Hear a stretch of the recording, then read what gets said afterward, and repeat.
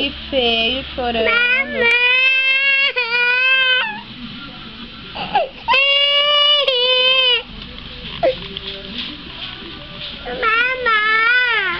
Você não sabe fazer.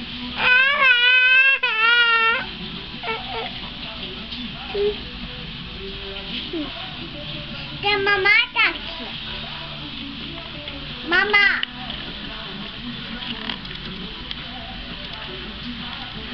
O que você vai fazer aí? Mamá. Chapéu? Mamão. Vai fazer um chapéu? É? Mamá. Vai fazer um chapéu pra quem? Mamá. Não é arrumar, é fazer. É.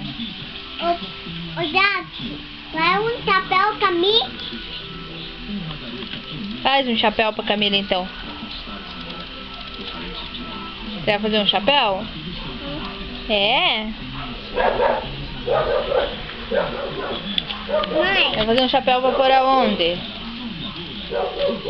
Hã? Pra pôr na cabeça? É? Então faz, então.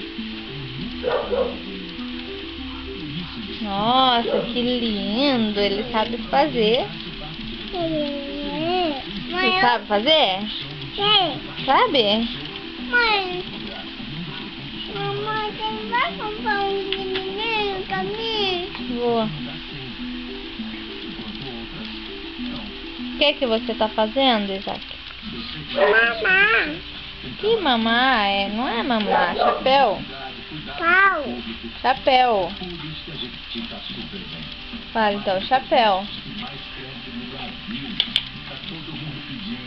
Eu também já faço parte desse sucesso. E você? Seja uma consultora ou um consultor Jequiti.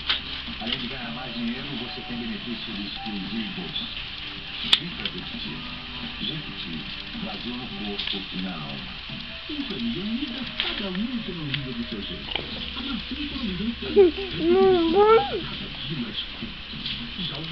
O que você fez no bumbum? Soltou pum.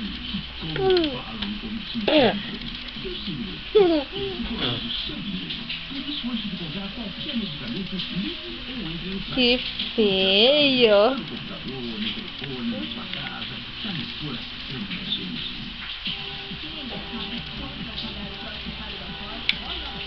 Ei.